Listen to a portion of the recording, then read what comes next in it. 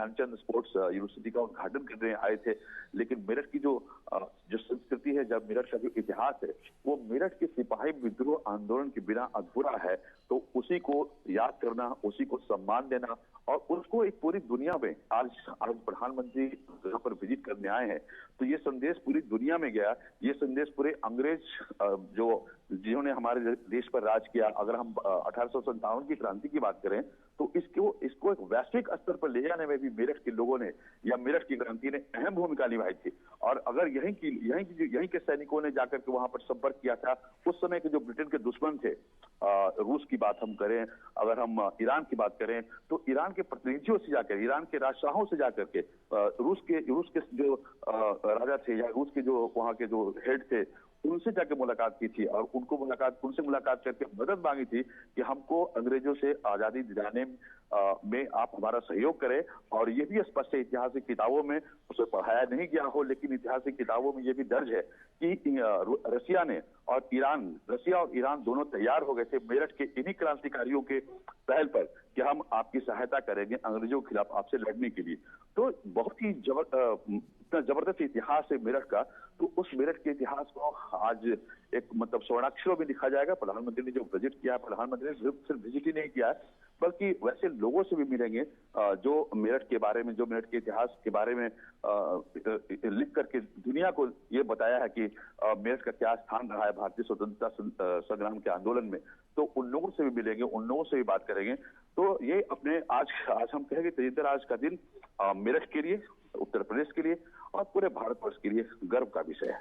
बिल्कुल आपने सही कहा लोग, पूरे भारत के लिए गर्व का दिन है। और ये तस्वीरें जिनको अवलोकन कर रहे हैं प्रधानमंत्री, ये तस्वीरें अपने आप में बताती हैं कि किस तरीके से जो आज़ादी का जो पहला संग्राम था उसके लिए तैयारी की गई थी और किस तरह से जो वहाँ से एक चिंगारी उठी और बाद में भारत ने 1947 में आज़ादी हासिल की। और लगातार इन जो पहले क्रांतिकारी थे या जिन लोगों ने देश की इस पहले स्वतंत्रता संग्राम में हिस्सा लिया, वो जो अलग जगाई, वो जो उसके बाद किस तरह से आगे बढ़ते गए।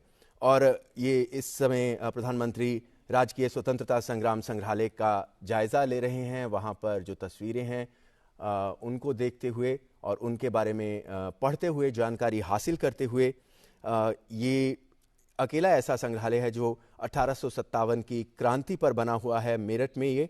और संग्रहालय में द लाइट हाउस साप्ताहिक पत्र की दुर्लभ प्रतियां भी मौजूद हैं, जिसमें मेरठ के 1949, 50 और 53 तक के प्रकाशित अंग्रेजी के पत्रों में तत्कालीन भारत के अलावा और मेरठ की तमाम तस्वीरें वहां पर समाहित हैं। और अलग अलग तस्वीरों के जरिए वहां पर कहानी बयां की गई है।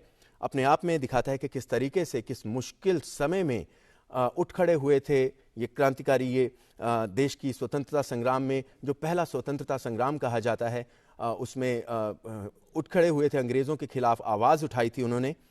और इस अगर संग्रहालय की बात करें तो यहाँ पर इंडियन नेशनल आर्मी के सिपाहियों की वर्दी, नेताजी सुभाष चंद्र बोस के दुर्लभ चित्र, भारत के कई महापुरुषों पर जारी डाक टिकट और पुराने सिक्के और सुभाष चंद्र बोस की वर्दी और कुछ बेहद अहम और अन्य चीज़ें भी यहाँ पर मौजूद हैं।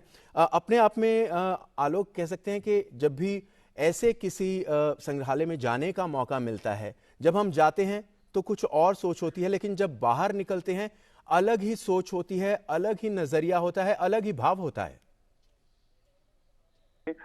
मैंने आपको पहले भी कहा कि जो अनसंग हीरो हैं, जिनके बारे में इतिहास में नहीं ज्यादा बताया गया या ज्यादा उनके बारे में नहीं कहा गया, तो यहाँ पर हम जब संग्रहालय में थे तो हमने मेरठ के स्वतंत्रता संग्राम में बहुत सारे स्वतंत्रता सेनानी थे जो सैनिक के रूप में थे।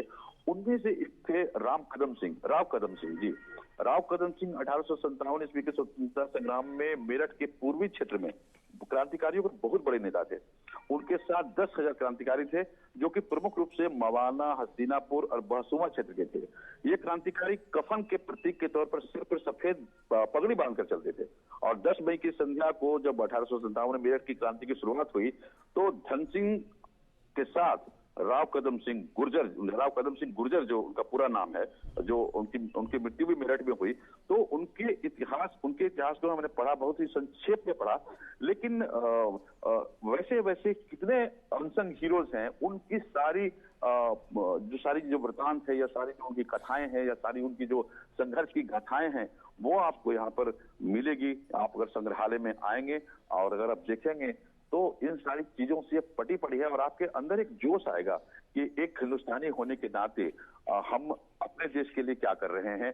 जो काम जो हमारे क्रांतिकारी और शहीद करके गए, किस तरीके से उन्होंने अपना बलिदान दिया, उन्होंने अपना सर्वस्व न्यौछावर किया। आज हम एक आजाद मुल्क में आजाद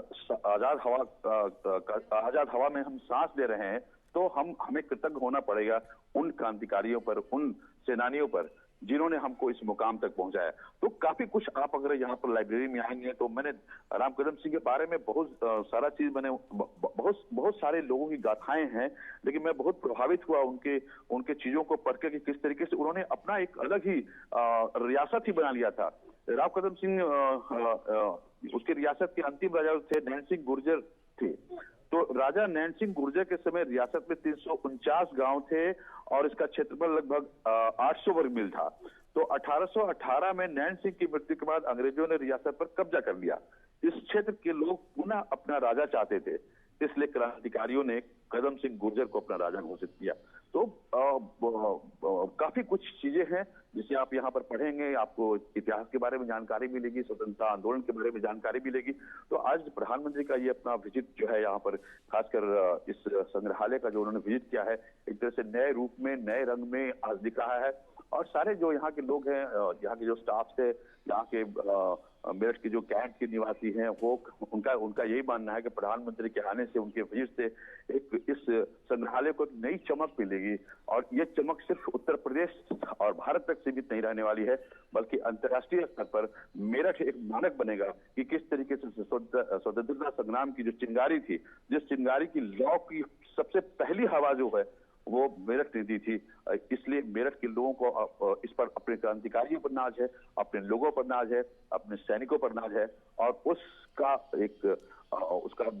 कहें कि भाव अर्पित करने, पुष्प अर्पित करने, उनका सम्मान करने के लिए भारत के प्रधानमंत्री यहाँ पर उपस्थित है, लोगों से बातचीत कर रहे हैं। और पूरा माहौल अगर कहें तो राष्ट्रीयता से इस समय भरा हुआ है। नेशनलिज्म की जो भावना है वो मेरठ के लोगों में भरी हुई है, खासकर जो स्थानीय लोग हैं।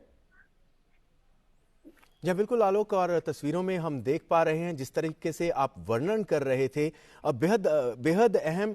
और कुछ देर पहले भी जैसे आपने शुरुआत की थी, और इन तस्वीरों को देखते हुए एक बार फिर से मैं चाहूँगा कि आप उस बारे में हमें बताएं, क्योंकि मैं चाहूँगा कि दर्शक एक बार फिर से इन तस्वीरों के जरिए वो भी जानने की कोशिश करें कि किस तरह से ये जो पहला स्वतंत्रता संग्राम था, क्या वजह थी और किस तरह से ये आगे बढ़ा। आपने कुछ देर पहले बहुत ही खूबसूरती से उसका वर्णन किया था। ये मैंने बताया कि जैसे 1857 का दिन जो है वो भारत के इतिहास में मैंने स्वर्णाक्षरों में दर्ज है। और आज ही के दिन मेरठ से आजादी के पहले आंदोलन की शुरुआत हुई थी, यानी 10 मई 1857 की मैं बात कर रहा हूँ। तो 85 सैनिकों के विद्रोह की जो चिंगारी यहाँ से निकली, वह धीरे धीरे ज्वाला बनी। तो क्रांति की तैयारी तो सालों से की जा रही थी, जब नाना साहब हो, चाहे अजीमुल्ला हो, रानी झांसी हो, तात्या टोपे हो, कुंवर सिंह हो, जगजीत सिंह हो, मौलवी अहमद उल्ला शाह हो और बहादुर शाह जफर जैसे नेता क्रांति की भूमिका तैयार करने में अपने अपने असर से लगे थे। तो इतिहास के दस्तावेजों में यह बात दर्ज है कि क्रांति की अंतर्राष्ट्रीय स्तर पर तैयारी हो चुकी थी। मैंने आपको पहले ही बताया था कि इंग्लैंड के दुश्मन देश जो थे, रूस और ईरान ने समर्थन देने का भरोसा दिया था। सैनिकों के विद्रोह के बाद किसान, मजदूर, काश्तकार और आदिवासियों ने करीब 2.5 साल इसे आंदोलन के रूप में जिंदा रखा। अगर हम यहाँ लोकल इतिहासकार केडी शर्मा हैं, उनसे हमारी बात हुई थी, तो उनका कहना था कि इस क्रांति का असर विश्व स्तर पर पड़ा। यानी उस दौरान विदेशी अखबारों में यह सुर्खी बनी, गाय और भैंस का चर्बी लगाकर कारतूस चलाने से मना करने पर 85 सैनिकों ने जो विद्रोह किया, उनके कोर्ट मार्शल के बाद क्रांतिकारियों ने उग्र रूप अख्तियार करते हुए 50 से ज्यादा अंग्रेजों की हत्या कर डाली थी। तो एक गौरवशाली ये घटना आकस्मिक नहीं थी, इसकी योजना सालों से तैयार की जा रही थी। यानी मेरठ की क्रांति का लिंक जो है वो अंतर्राष्ट्रीय है। जो क्रांतिकारी अजीमुल्ला ने 1854 से लेकर 1856 तक यूरोप का दौरा किया था। इस दौरान उन्होंने इंग्लैंड के तत्कालीन दुश्मन देशों से संपर्क साधा। मकसद था अंग्रेजों के खिलाफ लड़ाई में सहयोग मांगना। यह बात दस्तावेजों में दर्ज है कि रूस और ईरान ने समर्थन देने का भरोसा दिया था। शर्त यह रखी थी कि दिल्ली पर दोबारा बहादुर शाह जफर को बादशाह बनाया जाए। अंग्रेजों ने बहादुर शाह जफर को कमजोर कर दिया था। लड़ाई इंग्लैंड की महारानी और भारत के बादशाह के खिलाफ दिखाने की कोशिश थी। दिल्ली में हार के बाद यह सपना अधूरा रह गया और 20 सितंबर को हम दिल्ली हार गए। केडी शर्मा का यह भी कहना था कि पहले आंदोलन के विफल होने का प्रमुख कारण भीतरघात रहा। कई घरानों और राजवाड़ों ने गद्दारी की। दिल्ली हारने के 2.5 साल बाद तक भी आजादी का आंदोलन करीब 2.5 साल तक जिंदा रहा। इसमें किसान, मजदूर, आदिवासी, काश्तकारों ने बढ़ चढ़ कर हिस्सा लिया। यानी कि आप कहें कि उत्तर भारत और मध्य भारत के राज्यों में इस क्रांति का व्यापक असर हुआ। अंग्रेजों ने एक तरह से हमें बांटने की कोशिश की थी।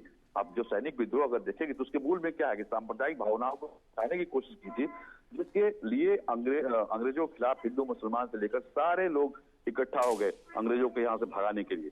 तो हम इतिहास की अगर हम बात करें तो बहुत ही स्वर्णिम इतिहास है और उस स्वर्णिम इतिहास को बहुत चंद शब्दों में समेट पाना बड़ा मुश्किल है। लेकिन ये भी है कि उस समय एक अगर हम केडी शर्मा को ही हम बात करें तो केडी शर्मा की किताबें हैं, यहाँ पर उन्होंने मेरठ के बारे में काफी कुछ लिखा है। तो उसमें उन्होंने एक जगह लिखा था कि आपका जो 10 मई के शाम 6:30 बजे जो विद्रोही थे, किसान, जो सैनिक, भारतीय सैनिक ने जो विद्रोह किया था, तो उसमें लोगों ने मिलकर जो 85 सैनिकों को गिरफ्तार किया गया था अंग्रेजों के द्वारा, तो लोगों ने मिलकर जेल पे हमला बोला, यानी भारत के लोगों ने, आम लोगों ने, और उन 85 सैनिकों को विक्टोरिया पार्क जेल से मुक्त करा दिया। मतलब देखते ही देखते अंग्रेजों के खिलाफ विद्रोह के सुर तेजी से मुखर हुए और तीनों रेजिमेंट के सिपाही जो थे विभिन्न टोलियों में बंटकर दिल्ली कूच कर गए। तो बहुत ही अगर हम समग्र रूप से अगर हम कहें तो 1857 की क्रांति को अगर हम पढ़ते हैं या हमने पढ़ा है, जो कुछ भी पढ़ा है, तो उसमें मेरठ जो है वो उद्गम स्थल था, यानी क्रांति का उद्गम स्थल था। और इस उद्गम स्थल को के बारे में याद करना, इस उद्गम स्थल के बारे में सोचना या इस उद्गम स्थल के बारे में दुनिया को बताना, ये अपने आप में काफी महत्वपूर्ण है। और हम समझते हैं कि प्रधानमंत्री का जो आज का दौरा है, ये अपने आप में एक इतिहास बनेगा। जब लोग दुनिया जानेगी कि दुनिया तो पहले से ही जानती थी मेरठ के बारे में, लेकिन मेरठ के इस नए रूप में, जिस तरीके से इस पूरे संग्रहालय को जिस तरीके से व्यवस्थित किया गया है, जिस तरीके से नए नए चीजों को यहाँ पर लाया गया है, यंग जनरेशन, खासकर यंग जनरेशन जो इस देश के हैं, उनको ये बताने की कोशिश की गई है कि किस तरीके से अंग्रेजों के खिलाफ जो लड़ाई हुई थी, अंग्रेजों के खिलाफ जो एक मुकम्मल लड़ाई जो हुई थी, उसकी नींव इसी मेरठ की धरती से पड़ी थी। जी बिल्कुल आलोक, और बहुत ही अच्छे शब्दों में आपने ये पूरी इस गाथा को बयान किया कि किस तरीके से ये जो आज़ादी का जो पहला स्वतंत्रता संग्राम जिसे हम कहते हैं, किस तरीके से उस समय कोशिशें की गईं आज़ाद करवाने के लिए देश को अंग्रेज़ों से, और बाद में ये चिंगारी बढ़ते हुए आगे बढ़ी और 1947 में देश को आज़ादी प्राप्त हुई। और प्रधानमंत्री आज मेरठ के दौरे पर हैं। सबसे पहले वो काली पलटन मंदिर गए, उसके बाद उन्होंने अमर जवान ज्योति पर शहीदों को नमन किया, फिर वो शहीद स्मारक पहुंचे और वहां पर उन्होंने शहीदों को श्रद्धांजलि अर्पित की। और उसके बाद वो उन्होंने स्वतंत्रता संग्राम संग्रहालय का जायज़ा लिया, जैसे हमने तस्वीरों में देखा, जहां पर वो कहानी बयां की गई है कि किस तरह से 1857 की क्रांति हुई थी, उससे जुड़ी हुई तमाम तस्वीरों के ज़रिए वो कहानी वहाँ पर मौजूद, उस समय की कई निशानियाँ, कई चिन्ह वहाँ पर मौजूद हैं। और न केवल इस इलाके बल्कि पूरे देश के अलग अलग हिस्सों में किस तरीके से ये क्रांति आगे बढ़ी थी, किस तरीके से, तो उसके बारे में भी वहाँ पर वर्णन किया गया है। और आलोक, जिस तरह से हम उस भाव की बात कर रहे थे, जब ऐसी जगह पर हम जाते हैं और बाहर निकलते हैं तो वो भाव अलग होता है। आज जैसे प्रधानमंत्री वहाँ पर पहुँचे हैं, या फिर यूँ कहें कि जिस तरीके से आज़ादी का अमृत महोत्सव हम मना रहे हैं 75वीं वर्षगांठ के संबंध में, जो ये एक सोच है हम हमारे उन क्रांतिकारियों को, हमारे उन वीरों को, हमारे उन बलिदानियों को याद करने की, जिन्होंने देश की आज़ादी के लिए अपने जीवन तक की परवाह नहीं की। बेहद अहम ये पहल, खासकर उस युवा पीढ़ी के लिए जो शायद उस समय के बारे में बहुत ज़्यादा नहीं जानते हैं, बहुत ज़्यादा उनके बारे में नहीं जानते हैं। हज़ारों कार्यक्रम देश भर में इस संबंध में आयोजित किए जा रहे हैं, अपने उस इतिहास, स्वर्णिम इतिहास के बारे में युवाओं को बताने के लिए। अपने आप में ये बेहद अहम पहल। देखिए, अब अगर हम बात करेंगे मेरठ की, हम अगर बात करेंगे, हालांकि पूरे देश में अमृत महोत्सव मनाया जा रहा है और तमाम तरह की गाथाओं को, तमाम तरह के जो स्वतंत्रता सेनानी हमारे हैं उनकी उनके उनके संघर्षों को याद किया जा रहा है, उनको लिपिबद्ध किया जा रहा है, डिजिटाइज किया जा रहा है। लेकिन अगर मेरठ के हम जहाँ पे हम हैं, या जहाँ पर प्रधानमंत्री यहाँ पर दौरा करने आए हैं, तो ये मेरठ जो छावनी है, कैंटोनमेंट जो है, वो ऐतिहासिक महत्व से लबरेज है। यहाँ का इतिहास आप कहें 210 वर्ष पुराना है। किस तरह से मुगलों के कब्जे से मेरठ जीतकर अंग्रेजों ने यहाँ 1803 में छावनी का गठन किया था। पहली क्रांति का आगाज कैसे हुआ आदि को तस्वीरों और उनके परिचयों के माध्यम से आम जनता तक आप कॉफी टेबल के लिए पहुंचने की योजना पश्चिम यूपी सब एरिया में मुख्यालय बनाया गया है। यहाँ पर सारे जो बहुत कम शब्दों में तथ्य या चित्र कहें या